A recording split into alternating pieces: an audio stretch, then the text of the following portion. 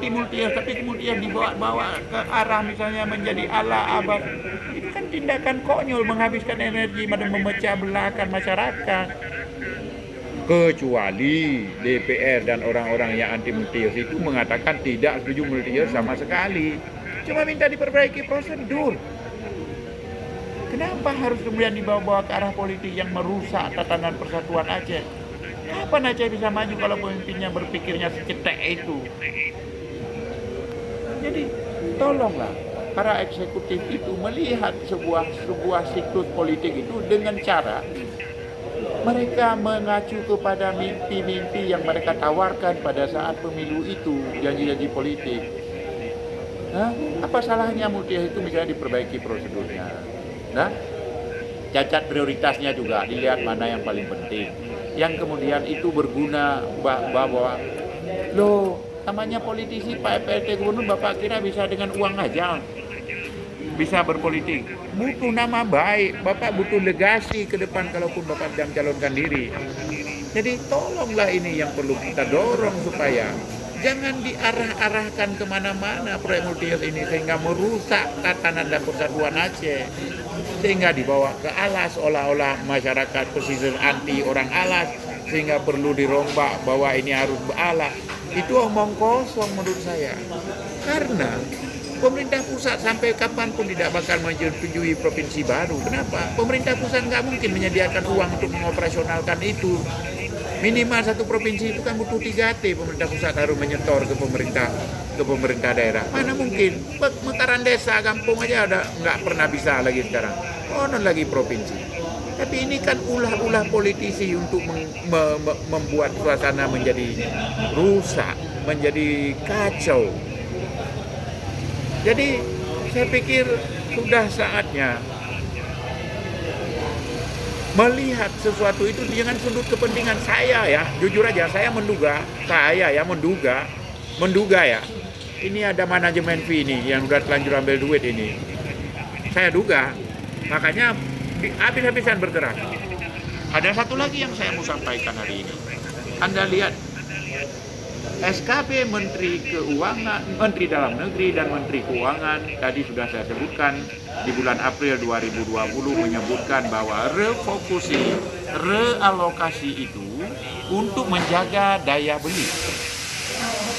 Tahu-tahu refocusing itu misalnya yang seharusnya bisa menjadi alat untuk meningkatkan daya beli, misalnya bagaimana pemerintah membeli produk-produk lokal, memberdayakan orang-orang lokal, membantu orang-orang bekerja misalnya melalui proyek cash for work. Dibuat proyek-proyek kecil yang sehingga kerjaan konsultan ada kerja, kontraktor ada kerja, tenaga administrasi karena buruh ada kerja, uang akan berputar-putar di situ sampai tukang kayu, tukang batu, pemilik kuari, pemilik truk itu dapat hidup ekonominya kalau proyek-proyek itu. Tiba-tiba misalnya ada 103 miliar itu pengadaan alat peraga pendidikan. Sementara pendidikan mandek sekarang. Kenapa tidak itu misalnya digunakan untuk membuat proyek-proyek kecil, misalnya halaman sekolah, membuat pagar sekolah, yang itu kan akan membuat uang berputar di daerah, laku batu bata dan sebagainya. Ini alat peraga yang kebanyakan unsurnya impor. Ada bukan impor, unsurnya di luar Aceh. Orang beli barang dari luar Aceh, artinya terjadi capital outflow. Uang Aceh lari keluar, tidak berputar di Aceh. Ya seharusnya, masa sih di pemerintah itu pensusnya itu kadang-kadang doktor segala macam. Di pemerintahan itu rata-rata S2. Masa sih nggak bisa mikir bahwa wabah pandemi itu harus disiasati supaya menjaga daya beli. Daya beli ada, uang harus beredar ke masyarakat. Kalau dikasih BLT udah dikasih pemerintah pusat. Beli saja, misalnya begini, adakan dumping terhadap petani di Gayo, petani sayur sama petani kopi. Misalnya, tidak terserap pasar, harga jatuh, ya dibeli atau dibantu mereka, sehingga mereka tidak kehilangan sumber pendapatan. Ya, sekarang kita lihat ya, saya beri contoh satu saja. Saya baru saja kembali dari Singkil beberapa bulan lalu. Itu kalau harga sawit Rp1.000 di tingkat petani kecil itu, yang pemilik kebun sawit kecil itu, petani, itu mereka nggak bisa ngerawat kebun, nggak bisa beli pupuk. Akibatnya apa? Biasanya produksinya 2 ton kalau mereka pupuk dan mereka rawat. Tapi nyatanya yang ada cuma dapat 500 sampai 400 kilo per hektar per tiap kali panen karena mereka nggak sanggup lagi beli pupuk. Mikir nggak nih pemerintah yang seperti ini? Akibatnya apa? Sawit mereka menjadi tidak produktif, kemiskinan meningkat. Makanya Singkil sebagai daerah persentase tertinggi miskinnya. Kenapa ini pemerintah tidak pernah membangun berdasarkan data? Selanjutnya saya mau sampaikan, ini kita di Aceh, Anda jangan kira remeh tentang corona ya. Saya beri data yang paling dekat. Contoh, penduduk Sumut itu hampir 15 juta. Jumlah penderita yang sudah terdeteksi itu ada 10.000. Tapi Aceh jumlah penduduknya 5,3 juta. Jumlah penderita sampai hari ini sedikit lebih 5.000.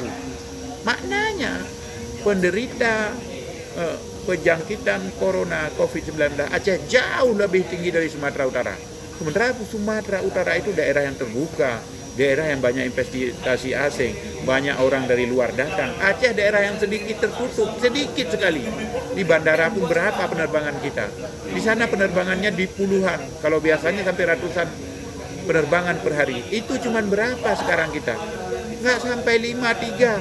Tapi jumlah peningkatan infeksi corona di tempat kita jauh lebih tinggi. Ini bahaya.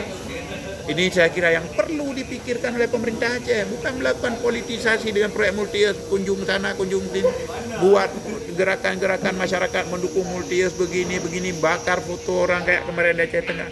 Ini kan sesat ini, elit politik yang sesat demi mengamankan kepentingan perut mereka. Demi mengamankan proyek mereka. Kenapa yang jalan yang dibuat terobos jalan? Karena diterobos jalan keuntungannya bisa 150%. Potong bukit, padatkan segala macam. Kenapa enggak ada aspal-aspal? Nah, seperti tadi saya katakan, itu jalan Cot Gire, itu jalan ruas jalan provinsi itu di Aceh Utara. Cuma ada 8 kilo yang bagus, lebihnya tidak. Padahal di situ ada pabrik CPO, ada puluhan ribu hektar sawit dan kebun masyarakat. Di situ dilalui dengan jalan yang berat. Jadi makanya cacat prioritas juga, cacat prosedur. Ayolah mundur sedikit pemerintah. Ayolah kita berbaik-baik.